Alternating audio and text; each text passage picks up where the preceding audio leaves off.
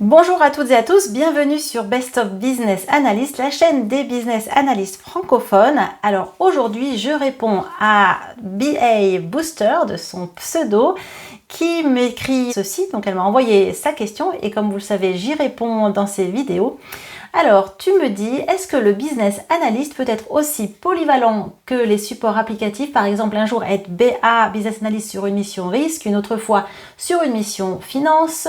Est-ce qu'il peut faire une mission dans le domaine de l'énergie, etc. Est-ce qu'il doit il doit avoir une expertise dans ce domaine ou est-ce qu'il doit s'appuyer sur des SME, Subject Matter Expert, ce qui montre que BA Booster connaît par exemple le schéma de certification IIBA, International Institute of Business Analysis. Donc je vais lui répondre dans cette vidéo, est-ce que le business analyst est polyvalent? Est-ce qu'il doit avoir une expertise métier? Écoutez, ça fait partie des questions qui sont très récurrentes et je vais vous donner mon point de vue, également le point de vue des schémas de certification et puis tout simplement aussi et surtout mon expérience et l'expérience de beaucoup de business analystes.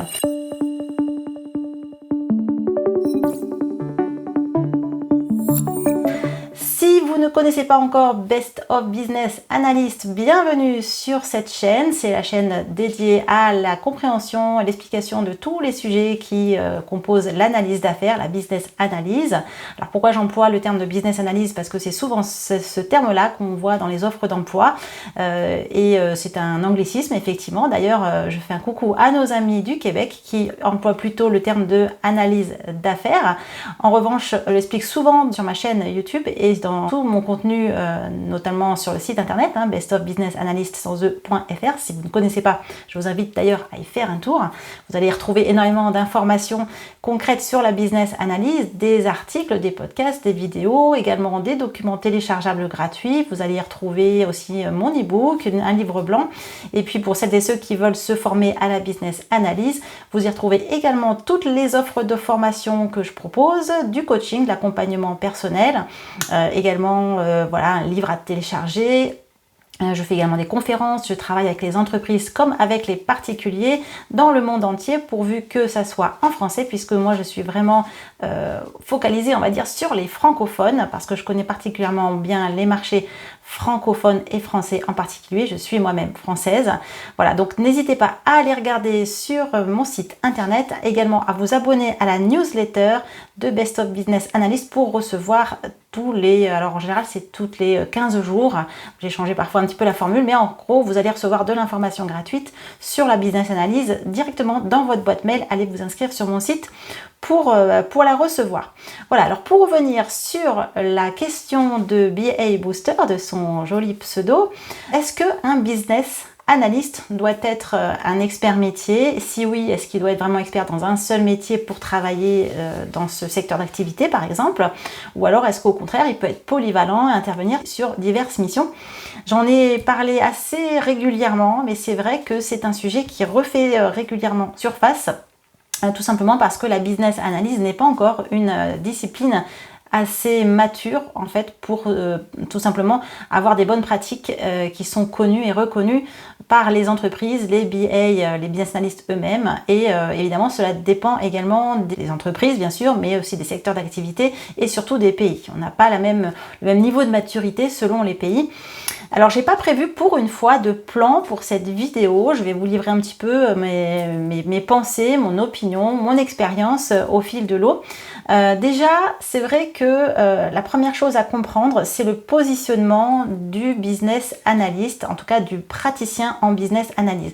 C'est une discipline qui, déjà, en quoi ça consiste? La business analyse, c'est la discipline qui permet d'identifier et de recommander la meilleure solution possible en réponse à un besoin exprimé par une organisation. Alors c'est assez large, assez vaste dit comme ça, mais à la base il faut vraiment comprendre qu'une organisation, que ce soit une entreprise ou une organisation publique, une administration, une association, peu importe, eh bien elle fait face à un problème, voilà, un problème ou une opportunité à saisir. Ça peut être en interne comme en externe et face à ce changement, du coup, elle va réfléchir, cette organisation, à une réponse. Et évidemment, ça peut être très complexe au sein d'une organisation de pouvoir répondre de manière appropriée à cette problématique, que ce soit encore une fois un problème, un réel problème à régler ou une opportunité à saisir. Et donc, elle va faire appel à un praticien en business analyst qui va aller vraiment réfléchir sur le besoin source et puis après, imaginer les différentes possibilités et ensuite donner les clés de prise de décision au manager. Une décision pourra ainsi être prise et après, le praticien en business analyst va pouvoir concevoir de manière très détaillée la solution et accompagner le changement. Donc, quand on perçoit la business analyse de cette manière-là, on se rend compte déjà que c'est une discipline qui a large spectre, puisque ça peut commencer en avant-projet, donc vraiment tout au début, lorsqu'il y a la réflexion sur la problématique, avant même que l'entreprise ait débloqué un budget, par exemple, ou ait décidé de mettre en place des moyens pour répondre à cette problématique. Donc, c'est ce qu'on appelle l'avant-projet. Après, on se rend compte qu'une fois que la décision a été prise de répondre à cette problématique ou de saisir l'opportunité en mobilisant des ressources, en mettant en place un projet, il y a la phase projet. Donc là aussi, il y a des activités de business analyse.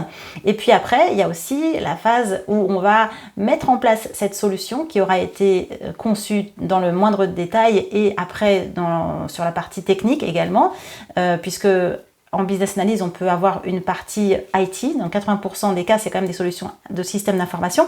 Et dans 20% des cas, ce sont des solutions qui n'ont pas comme objectif de mettre en place un système d'information, mais ça peut être une solution qui soit industrielle, ça peut être une solution qui soit des processus ou une solution de gouvernance.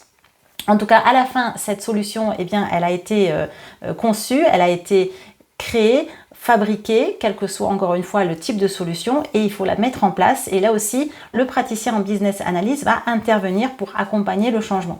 Ça fait donc beaucoup d'activités, beaucoup même de métiers à l'intérieur. C'est pour ça que quand on parle de business analyst, on parle à la fois du métier de business analyst et on parle également de la discipline qui est la business analyst et qui est donc pratiquée par des personnes, par des rôles, par des postes, par des personnes en tout cas qui ont des postes qui n'ont pas forcément cette étiquette de business analyst.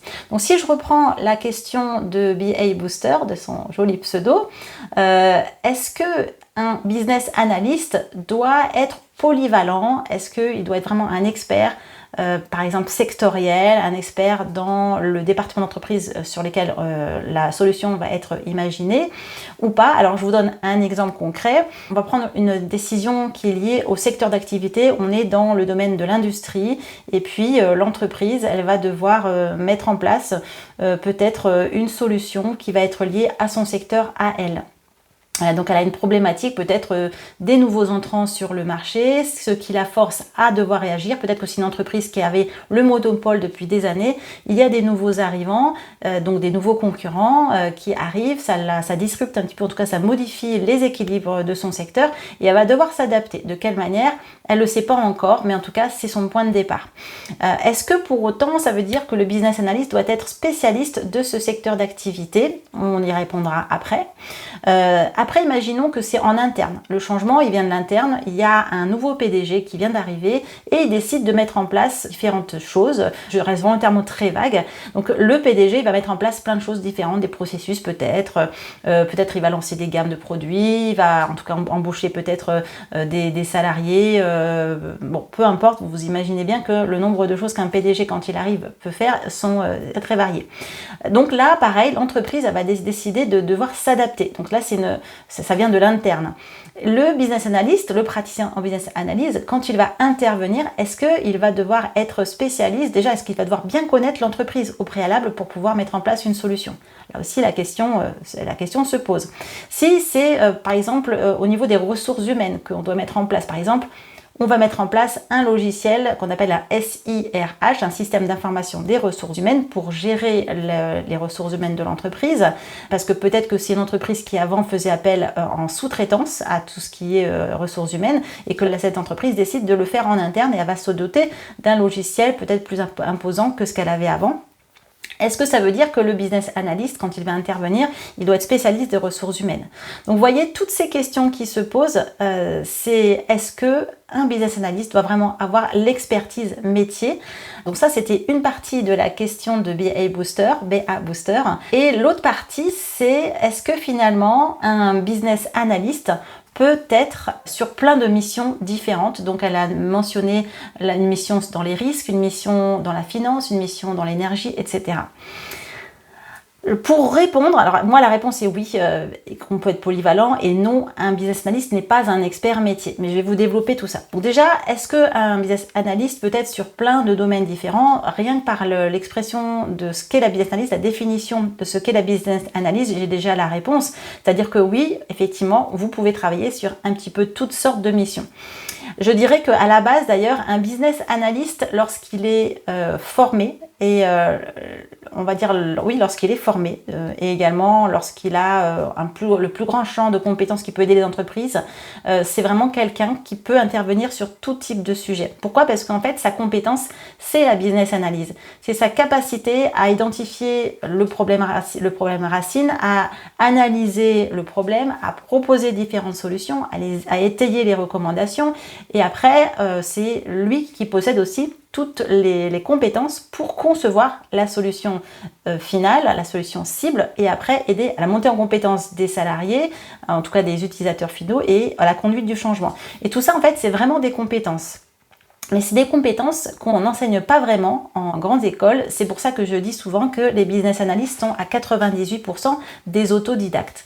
Les 2%, c'est vraiment à la louche parce que c'est vrai que je n'ai pas forcément de statistiques que je peux vous produire. C'est par ma connaissance du marché, par tous les échanges que j'ai avec les acteurs du marché que je peux à peu près vous donner ces pourcentages. Et on en revient tous à peu près à ces pourcentages-là. C'est peut-être même plus 99% d'autodidactes et 1% de personnes formées. Ces personnes, elles viennent soit d'un parcours de reconversion, donc elles ont été dans les pôles métiers. Pôle métier, ça voulait dire être dans un secteur en particulier ou dans un département en particulier, ou alors c'est également des anciens développeurs informatiques qui sont devenus business analysts dans le cadre de projets de systèmes d'information.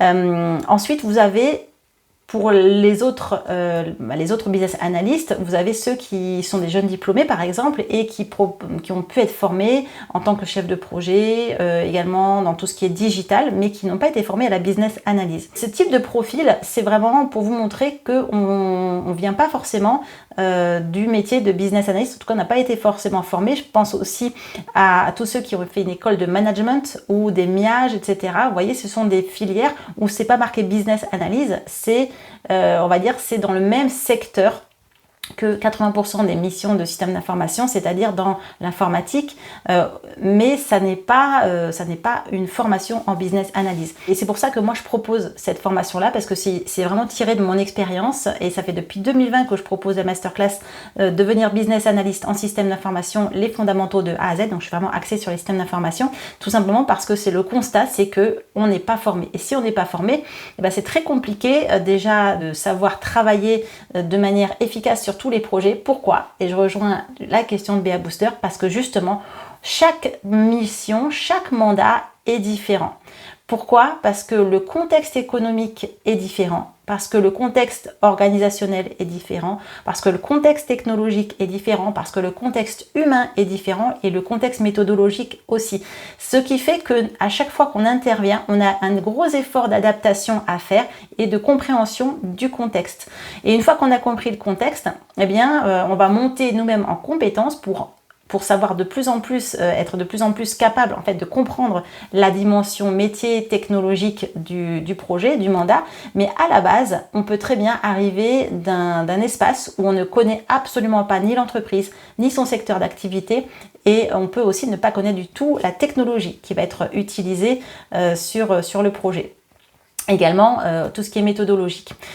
Pour refaire encore un point sur ce qu'est la business analyse, il faut que vous imaginiez un carrefour. À ce carrefour arrivent 3 disciplines, en tout cas 3 espaces. Le premier espace, c'est un espace économique, celui de l'entreprise, c'est-à-dire son secteur, bien sûr, mais également sa culture d'entreprise, ses processus, ses procédures, ses besoins métiers, ses utilisateurs, ses collaborateurs et tout l'écosystème d'une entreprise, puisque parfois, eh bien, on va aller analyser les besoins métiers en allant au-delà, en allant du côté des fournisseurs, en allant au côté des clients finaux, qui sont des utilisateurs finaux, mais pas forcément en interne.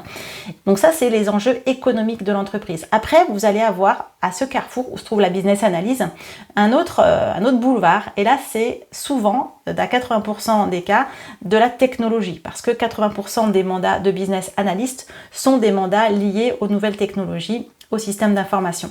Donc là, vous allez avoir encore tout un autre espace, un autre monde avec énormément de problématiques technologiques très très variées. Et je suis pas là pour vous apprendre aussi que la technologie, elle évolue énormément de plus en plus chaque jour. On parle d'intelligence artificielle, de ChatGPT, d'intelligence générative, etc. Ça évolue tout le temps. À chaque fois, il y a des nouvelles technologies, des nouveaux éditeurs de logiciels et ça bouge tout le temps et de plus en plus vite. Donc ça, c'est encore un autre boulevard qui amène à ce carrefour de la business analyse. Et puis, il y a un autre boulevard qui arrive à ce carrefour. Ce boulevard, c'est la gestion de projet. Puisqu'en fait, pour arriver à mettre en place une solution, eh bien, on a des techniques, des méthodologies qu'on va évidemment appliquer. Et ça, c'est la gestion de projet. La gestion de projet informatique étant très spécifique. Et ça conditionne non pas la solution qu'on va proposer, mais la manière dont nous, on va travailler et dont on va interagir avec nos contributeurs et tous nos interlocuteurs. Et puis, il y a un autre paramètre à prendre en compte, c'est un paramètre ultra important, c'est l'humain, avec un grand H. Parce que forcément, nous, on est dans l'obligation, en fait, notre objectif, c'est non seulement de satisfaire les enjeux de l'entreprise, mais également des utilisateurs, quels qu'ils soient, utilisateurs de l'informatique ou utilisateurs de nouveaux processus, de nouvelles méthodes que nous, on aura contribué à mettre en place. Donc, évidemment, l'humain, c'est ce qu'il y a de plus complexe, sachant que quand on va recueillir les besoins, on ne peut pas les recueillir les besoins de toutes les personnes une par une. Par contre, on va devoir proposer une solution qui va satisfaire les personnes à titre individuel. Donc il y a vraiment dans cette discipline qui est la business analyse des compétences qui sont propres à cette capacité à faire monter un peu la mayonnaise grâce à nos compétences de business analyst. Donc quand BA Booster, tu me demandes si un business analyst peut être polyvalent, est-ce qu'il peut être sur une mission risque, une mission finance, une mission dans le domaine d'énergie? Ma réponse est bien entendu oui. Je vais vous donner des exemples de ce que moi j'ai pratiqué. Par contre, est-ce qu'il doit avoir une expertise dans ce domaine ou est-ce qu'il doit s'appuyer sur des SME? La réponse est non, mais ça peut évidemment aider de connaître, on va dire, l'expertise métier pour pouvoir tout simplement aller plus vite. Voilà. Mais ça ne veut pas dire qu'on est obligé. Alors SME, pour faire une petite aparté, ça veut dire Subject Matter Expert. C'est un terme qui a été proposé par l'International Institute of Business Analysis, IIBA, qui est donc le schéma, on va dire le premier schéma qui est né autour de la business analyse à Toronto au Canada et donc ça fait depuis à peu près 2004-2005 que ce schéma existe et dans le Business Analysis Body of Knowledge, le corpus de connaissances, le syllabus de l'IIBA, on mentionne ces interlocuteurs du business analyst qui sont les SME, c'est-à-dire tous ceux qui possèdent une connaissance dans quelque domaine que ce soit. Ça peut être, pour reprendre le type de mission cité par BA Booster, la finance, le risque, ça peut être un secteur d'activité X, Y, Z, et ça peut être tout simplement un interlocuteur, donc un sachant, quelqu'un qui sait, mais qui ne va pas être forcément ni un utilisateur, ni notre client final, le client final étant celui qui paye. Voilà, qui paye parce qu'il a eu un problème et il veut mettre en place une solution. L'utilisateur n'étant pas forcément celui qui paye, ça peut être un client, par exemple, si c'est une entreprise qui a une boutique en ligne, ça peut être ses propres clients. Voilà, donc vous voyez que le business analyst, oui, il peut intervenir partout dans la mesure où il a les connaissances et les compétences pour mettre en place cette réflexion autour de la problématique initiale, les possibles solutions et leur conception. Alors ça passe par quoi? Par exemple, quand on est en avant-projet, on va faire des études d'opportunité, analyse de faisabilité, on va faire un business case pour l'analyse de rentabilité, on peut faire aussi en début de projet du cadrage, ensuite on va faire la conception fonctionnelle générale, la conception fonctionnelle détaillée, et dedans vous allez retrouver encore d'autres livrables, des spécifications fonctionnelles générales, spécifications fonctionnelles détaillées, glossaire, règles métiers, vous allez retrouver de la modélisation, vous allez retrouver dans les projets agiles de tout ce qui est product backlog, user stories, etc. Et après, vous allez faire les tests aussi, vous allez tester que la solution, une fois que vous l'avez conçue et que ça aura été développé par l'équipe technique, eh bien, elle correspond vraiment aux besoins initialement détectés et pour lesquels vous avez conçu la solution. Vous allez aussi vérifier que ça correspond en termes de satisfaction à ce qu'attendent les utilisateurs et le client final. Donc il y a toute une partie de test, de validation également, avec des techniques, des méthodes, et évidemment une partie formation utilisateur, une partie accompagnement du changement, et tout ça à l'intérieur d'une organisation qui est structurée par des méthodologies de gestion de projet qui sont très spécifiques, qui répondent à leur code, à des syntaxes. On parle là de cycle en V, modèle en cascade, de modèle en spirale, de méthodes agiles comme Scrum, comme Safe, etc. Donc vous voyez, un business analyst, quand on voit ça comme ça, on se dit « Ah, waouh, c'est hyper complexe, c'est vraiment le Superman, Superwoman ».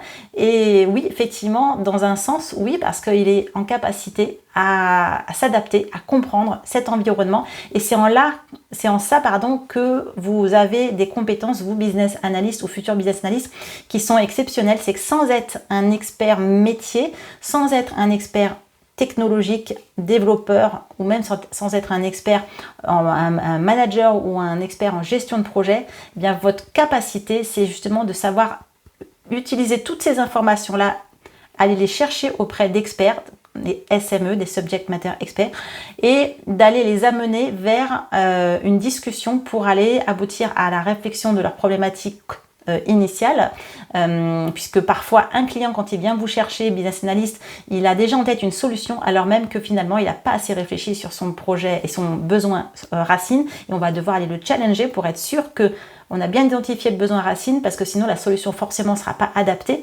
Donc ça, c'est pas toujours évident de challenger un client qui a déjà en tête une solution et il ne veut pas entendre parler de devoir réfléchir à nouveau alors qu'il pense avoir fait le tour de la question. Donc parfois, on n'a pas le choix, hein. On doit, en input, en déclencheur de notre travail, on va devoir prendre en compte le besoin d'une solution qu'exprime un client, alors que potentiellement, ce n'est pas la bonne solution. Mais on va quand même se débrouiller pour lui apporter le plus de satisfaction possible. On n'est pas là non plus pour rebattre toutes les cartes. Parfois, on n'est pas en position de challenger le client parce qu'on n'arrive pas forcément au début du projet, on peut arriver en cours de route. Et puis voilà, nous on reste toujours dans l'optique de apporter le maximum de satisfaction possible. On va essayer d'intégrer les contraintes internes, externes de l'entreprise, internes, externes de la technologie. On va intégrer également les contraintes de la gestion de projet, puisque si on nous dit qu'on travaille en Scrum, donc en méthodes agiles, on va devoir travailler d'une certaine manière, à un certain rythme, avec certaines interactions. Si on travaille avec une méthodologie cycle en V en cascade, on va devoir aussi travailler d'une autre manière. Donc tout cela, c'est ça notre force, c'est ça notre compétence en tant que business analyst, et c'est ça vraiment qui fait qu'on apporte une valeur vraiment exceptionnelle aux clients, à l'équipe projet, à nos utilisateurs finaux, parce que je vous assure que ça n'est pas donné à tout le monde de savoir faire ça. Et je voudrais d'ailleurs en profiter pour rendre hommage à vous toutes et tous qui m'entendez, qui êtes business analyst, qui vous êtes formés peut-être et sûrement sur le tas, qui avez l'impression d'être entouré d'experts sans être expert vous-même, qui ressentez parfois une confusion par rapport à votre rôle et à votre identité. Vous n'arrivez pas à savoir entre un product owner, un proxy product owner, un chef de projet MOA, un AMOA, un responsable qualification recette, un manager, etc. Vous n'arrivez pas à savoir qui vous êtes. En fait, vous êtes un expert en business analyse, celui qui arrive ou celle qui arrive à faire travailler ensemble des disciplines très différentes pour produire la meilleure solution possible qui va répondre à un besoin exprimé par une organisation. Et ça, c'est une énorme compétence. Donc, je voulais vraiment aussi en profiter pour vous rassurer déjà en vous disant que vous avez une énorme valeur. Il vous manque sans doute évidemment la formation pour pouvoir avoir confiance en vous et pouvoir encore plus apporter de valeur, parce qu'en vous basant sur des outils concrets qui vous permettent de vous adapter en toute connaissance de cause à tous les mandats que vous allez rencontrer. Mais voilà, encore une fois, regardez à quel point vous avez cette capacité, cette compétence rare de pouvoir apporter une solution à une organisation, quand bien même vous n'êtes pas expert ni métier, ni technologique, ni en gestion de projet, mais vous avez bien d'autres expertises et bien d'autres compétences. Voilà, donc j'ai fait une vidéo un petit peu différente d'ordinaire. Il n'y a pas de plan, c'est pas un cours académique. C'était vraiment pour répondre à Béa Booster et je sais qu'elle n'est absolument pas la seule à se poser la question. Donc oui, si vous avez l'habitude de travailler, par exemple, vous êtes consultant SAP depuis très longtemps, si vous êtes dans les CRM depuis très longtemps, si vous êtes testeur logiciel métier depuis très longtemps, si vous êtes plutôt habitué à faire la conception fonctionnelle des specs, vous avez l'habitude de travailler sur des projets en cycle en V ou sur Scrum, tout ça, ça ne veut pas dire que vous êtes spécialisé dans ces domaines-là, ça veut juste dire que ce sont des contextes de travail, mais vous pouvez faire beaucoup plus large et aller voir bien au-delà de parfois de vos habitudes. Certains restent enfermés dans des missions depuis très longtemps et ils ne savent pas ou ils n'osent pas aller explorer d'autres champs des possibles et c'est ça la force d'un business analyst, encore plus s'il est formé. D'ailleurs, je vais terminer cette vidéo sur un petit rappel de mes prestations. Je le fais régulièrement parce que avant, honnêtement, je n'osais pas trop parler de mes catalogues de formation, du coaching, etc. Mais je me rends compte que si je le fais pas, il y en a plein qui pensent que je donne juste des informations et j'en fais depuis de nombreuses années maintenant et ils ne savent pas qu'il y a des formations pour devenir business analyst formé, professionnalisé. Donc je vous invite à aller regarder mon site internet. Il y a la masterclass qui s'appelle Devenir business analyst en système d'information, les fondamentaux de A à Z, qui a déjà formé plus de 600 business analysts depuis 2020. Vous avez également des formations qui sont plus axées sur des compétences un peu plus pointues. Vous pouvez aussi faire appel à moi si vous avez besoin d'un accompagnement, d'un coaching, parce que vous avez, mettons, une problématique sur une mission et vous ne savez pas comment vous débrouiller, ou alors vous êtes en phase de reconversion et vous ne savez pas comment faire pour devenir business analyst. Donc ça, j'ai vraiment l'habitude, j'accompagne beaucoup de personnes qui sont dans ce cas de figure. Je vous aide à bien comprendre déjà ce vers quoi vous allez pour vraiment axer votre recherche sur les bonnes offres d'emploi. Je vais vous aider aussi à mettre en place tout ce processus qui va vous conduire vers une reconversion réussie. Et puis si vous êtes des business analysts non formés, autodidactes et que vous êtes vraiment en recherche d'identité, vous n'arrivez pas à savoir finalement qui vous êtes par rapport à tous ces autres experts et même par rapport à des confrères et des consoeurs qui sont des praticiens en business analyst sans le savoir ou alors qui ont l'impression de faire un autre métier que vous alors qu'on est tous dans la même famille, je vous rappelle, product owner, business analyst, AMOA, chef de projet MOA, responsable qualification recette, responsable de procédure, formateur métier, etc. On pratique tous la business analyse et la plupart d'entre vous, parce que moi je le sais, ne le savent pas qu'ils pratiquent la business analyse. Voilà, donc pour terminer cette vidéo, n'hésitez pas à aller faire un tour vers mon site internet.